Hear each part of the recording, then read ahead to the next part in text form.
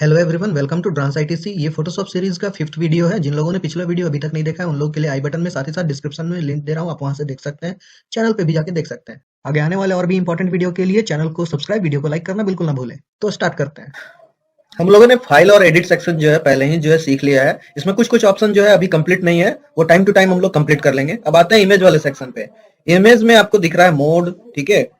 ये मोड जो है वो पूरे के पूरे पेज पे काम करता है, सिंगल किसी एक पे काम नहीं करेगा। उसके बाद फिर आपका आता है इमेज का ऑटो ट्यून, कंट्रास्ट, ठीक है। ये सब किसी एक को हम लोग सेलेक्ट करते हैं। अभी जैसे इस वाले को सेलेक्ट कर लेते हैं। उसके बाद फिर हम आते हैं यहाँ पे इमेज में। तो यहाँ पे मोड जो है आपको बता चुका हूँ कि ग्रे साइकिल जो है पूरे पेज पे काम करता है, ये वाला। हम लोग कलर में जब काम करेंगे तो आरजीबी में काम करेंगे, ठीक है। उसके बाद एडजस्टमेंट में आपको ब्राइट कॉन्ट्रास्ट बता चुका हूँ, लेवल बता चुका हूँ। अभी कर्व बता देते हैं। कर्व बहुत इजी है। अभी जैसे ये सेलेक्टेड है, हमने आरजीबी ले रखा है, तो आरजीबी का मतलब होता है कंप्लीट कलर। लेकिन हमें किसी एक टोन को घटाना या बढ़ाना है तो हम यहाँ से सेलेक्ट करेंगे चैनल रेड।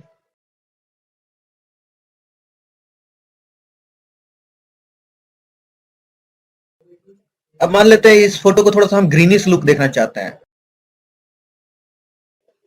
अब इसके बाद ब्लू टोन, ब्लू टोन भी हम जैसा चाहें वैसा रख सकते हैं।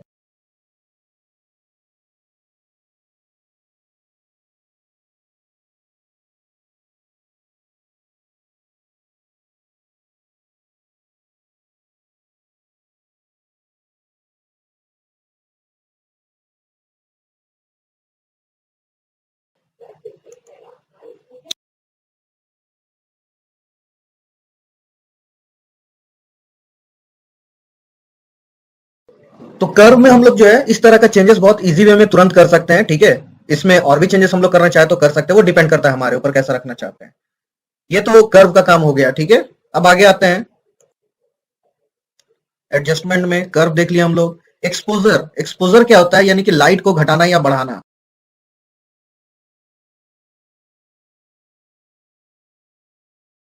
इसका काम यही होता है। ऑफसेट यानी कि कितना दूर से पड़ रहा है। गैमा करेक्शन यानी कि जो लाइट का इंटेंसिटी है वो कैसा चाहिए हमें।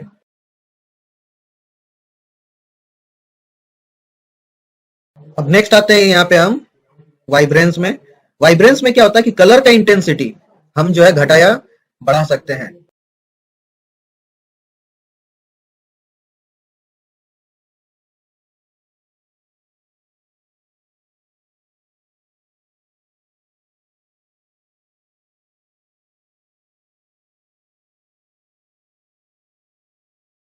अब उसके बाद हम लोग आते हैं इमेज में। अब ह्यू सेचुरेशन अभी बता चुका हूं। सेचुरेशन का सीधा सा मतलब होता है टोनिंग से, ठीक है। आप जैसा सेचुरेशन रखना चाहते हैं।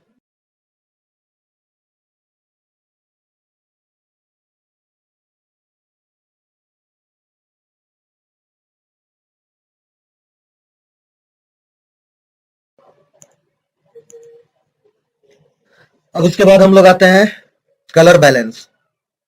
कलर बैलेंस से हम लोग जो है अलग अलग कलर को यहां से बैलेंस कर सकते हैं।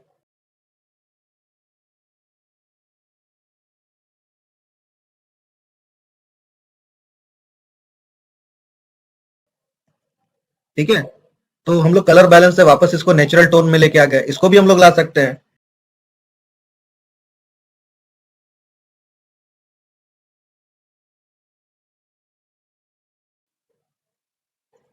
देखिए ये भी नेचुरल टोन में आ गया। थोड़ा सा डार्क है, इसको हम लोग लाइटर कर सकते हैं, वो कोई मसला नहीं है।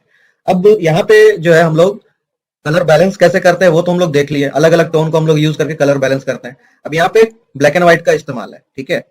यहाँ पे ब्लैक एंड व्हाइट आ रहा है। हम जो है ब्लैक एंड व्हाइट को टिंट भी कर सकते हैं, ठीक है। टिंट मोड ले सकते हैं। यहाँ से हम लोग जो है कोई कलर डाल के जो है इसको टिंट कर सकते हैं। मतलब ब्लैक एंड व्हाइट तो रहेगा लेकिन इसमें एक कलर जो है टिंट रहेगा।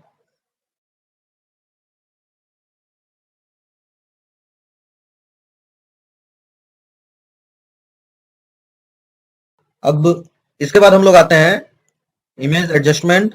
और उसके बाद फिर हम लोग आते हैं फोटो फिल्टर। फोटो फिल्टर अभी यहाँ पे है वार्मिंग फिल्टर है, ठीक है। वार्मिंग फिल्टर है। हम लोग इसको हल्का सा वार्म करते हैं। देखिए वार्म हो रहा है, येलोइश यहाँ पे है, ठीक है। वार्म है। अब यहाँ से इसको हम जो है चेंज करते हैं, हल्का सा रेड करते हैं, ठीक है। अब इसको हम कम करते हैं, देखिए यहाँ पे कुछ नहीं है। इंटेंसिटी को हम बढ़ाएं तो देखिए यहाँ पे वो इफेक्ट आने लग गया, वार्म इफेक्ट आने लग गया।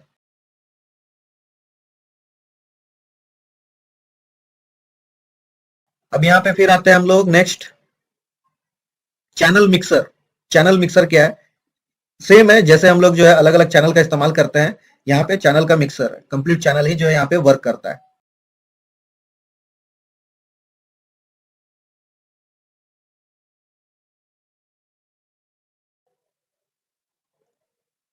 अब आते हैं कलर लुकअप। कलर लुकअप जो है हमें प्रेसेट वगैरह जो है यहाँ से उठा के डालना होता है।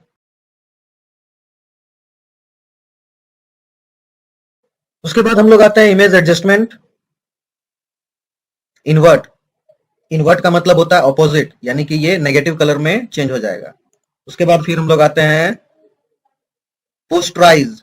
ठीक है, पोस्टराइज यानी कि पोस्टर का जो फोटो होता है वो, तो हम यहाँ से लेवल जो है 2 कर देंगे तो यहाँ पे बहुत हेवी हो जाएगा। फिर लेवल हम अगर यहाँ पे 5 कर देंगे तो कम हो जाएगा, यानी स्ट्रोक साइज है ये। अब हम जो है इसको और जो है 10 कर देते हैं तो क्लैरिटी बढ़ते चला जाएगा। अब उसके बाद फिर हम लोग आते हैं थ्रेशोल्ड। यहाँ पे आप देख रहे हैं कि ये ब्लैक एंड व्हाइट इमेज है। ये एक तरह से काम करता है जब हम लोग जो है कटर मशीन के ऊपर जो है काम कर रहे होते हैं तब।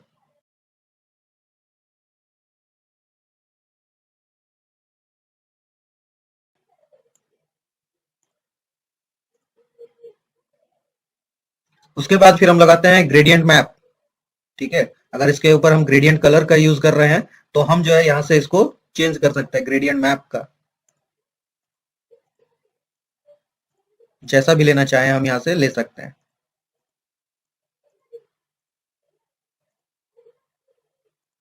उसके बाद फिर आते हैं हम लोग सेलेक्टिव कलर। अब यहाँ से एक एक कलर दिया हुआ है, जिस कलर को हमको जो है बढ़ाना है घटाना है वो हम सेलेक्टिव कलर से भी चेंज कर सकते हैं।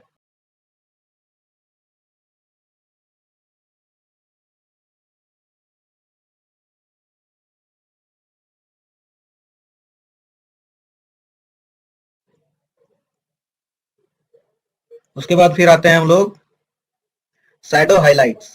शैडो हाइलाइट्स भी जो है वो बहुत इंपॉर्टेंट है इसका इस्तेमाल, यानी कि ब्राइट एंड कॉन्ट्रास्ट के साथ में शैडो हाइलाइट्स भी जो है बहुत जरूरी है। जैसे ये सब एरिया है, ये सब डार्क एरिया है, तो ये सब शैडो एरिया है। अब ये सब को हम जो है अगर हाईलाइट करेंगे तो वो सब पे ज्यादा इफेक्ट आएगा, देखिए फेस पे ज्यादा इफेक्ट नहीं आया।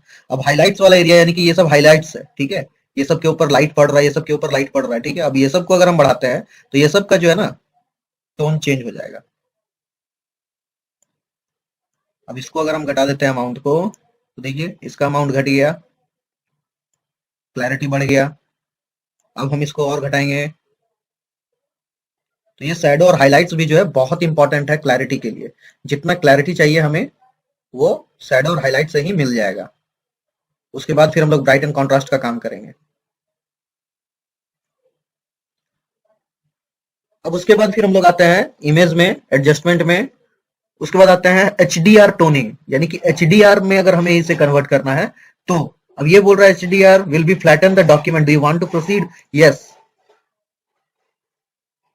ठीक है। अब यहाँ पे आप देखिए स्ट्रेंथ, स्ट्रेंथ हम जो है बढ़ा रहे हैं, ठीक है, स्ट्रेंथ बढ़ गया। स्ट्रेंथ को अगर हम घटा रहे हैं तो देखिए ये HDR टोनिंग जो है सारे इमेज पे काम करता है। अभी स्ट्रेंथ मेरा 0 है तो ये HDR नहीं है, लेकिन हम HDR टोनिंग अगर करते हैं तो देखिए कैसा इफेक्ट काम करेगा। ये HDR है,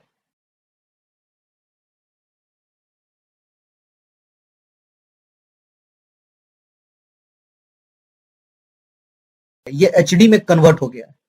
तो ये HDR टोनिंग इस तरह से काम करता है। अब हम एक लेयर को सेलेक्ट कर लेते हैं और वापस आते हैं इमेज में, और इमेज में आने के बाद जो है ऑटो टोन।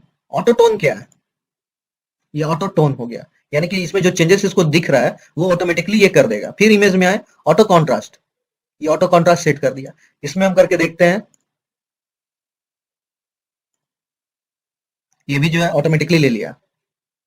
उसके बाद ऑटो कलर, देखिए ऑटो कलर में कलर हल्का सा चेंज किया, मतलब जो भी उसको लगता है सॉफ्टवेयर को कि ये चेंज करने लायक है तो वो ऑटोमेटिकली चेंज कर देता है। अब उसके बाद आते हैं इमेज साइज। तो इमेज साइज में आए, ये इमेज साइज है, यानी कि ये पूरा इमेज का साइज है, पूरा पेज का, एक लेयर का नहीं। इसको हम लोग जो है 12/16 का साइज, ये सेंटीमीटर में है 12/16 का, हम चाहे तो इसको घटा या बढ़ा सकते हैं यहाँ से भी, यानी कि पेज ले रहे हैं उस टाइम पे तो हम चेंज करके ले लेते हैं, लेकिन अगर पेज में काम कर रहे हैं उस समय अगर पेज का साइज हमें घटाना बढ़ाना है तो वो भी हम जो है इमेज साइज से कर सकते हैं ओपन किया हुआ फाइल में।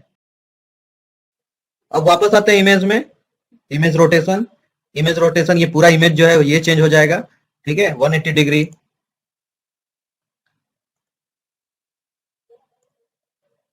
अब उसके बाद फिर यहाँ पे जो है इमेज रोटेशन में और भी जो दिया हुआ है क्लॉकवाइज है, काउंटर क्लॉकवाइज है, यानी कि एक इधर से घूमेगा एक इधर से घूमेगा, ठीक है।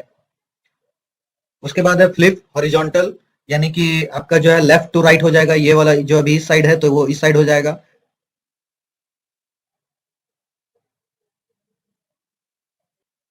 और हमें अगर ये तो लेफ्ट टू राइट हुआ, अप टू डाउन करने के लिए हमें जो है वर्टिकल में इसे चेंज करना होगा, ठीक है। वर्टिकल में कर देंगे तो हम ऐसे चेंज कर देंगे। अब नेक्स्ट आते हैं हम यहाँ पे क्रॉप आपको बता चुका हूँ, ट्रिम आगे बता दूंगा। ट्रिम में कुछ होता नहीं है, बस एक सिलेक्शन लिया हुआ है फोटो का, उसमें से हम अगर कट करना चाहते हैं तो वो ट्रिम हो जाता है। उसके बाद फिर रिवील ऑल, ये भी आगे बताऊंगा। डुप्लीकेट, इस इमेज का डुप्लीकेट लेना है तो अप्लाई इमेज करना है, कैलकुलेशन, ये सब जो है हम लोग वेरिएबल्स वगैरह आगे पढ़ेंगे। अब हम लोग आते हैं इस वाले पेज पे, ठीक है, इसमें ड्रांस लिखा हुआ है बीच में, ठीक है, लेकिन ये इमेज के बीचों बीच में है। अब इसे अगर हम डिलीट करना चाहें तो इमेज भी साथ में डिलीट हो जाएगा, तो हम इसे कैसे निकालेंगे? या फिर हम अगर इसे ब्लेंड भी करना चाहें तो ये साथ में ब्लेंड होगा, ठीक है, लेकिन ये हटेगा नहीं इमेज से। तो इस केस में हम लोग क्या करेंगे? सबसे पहले हम लोग जो है इसको सेलेक्ट करते हैं। सेलेक्ट कैसे करेंगे?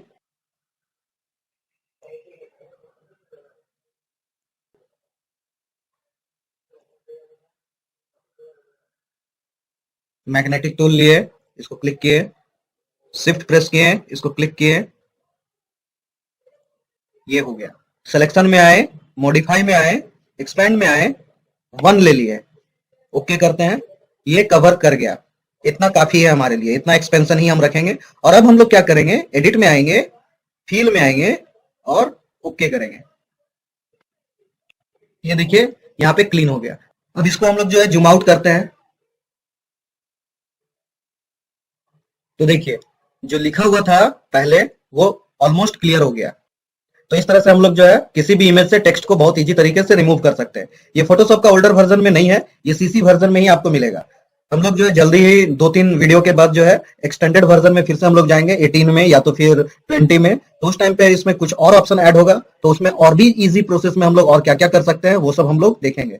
जैसे कि लिप्स पे काम करना, आईज पे काम करना, हेयर पे काम करना। अभी ये बहुत कॉम्प्लिकेटेड है। अभी देखिए यहाँ पे हेयर देख रहे हैं ना, ये सब फीदर्स है, ठीक है।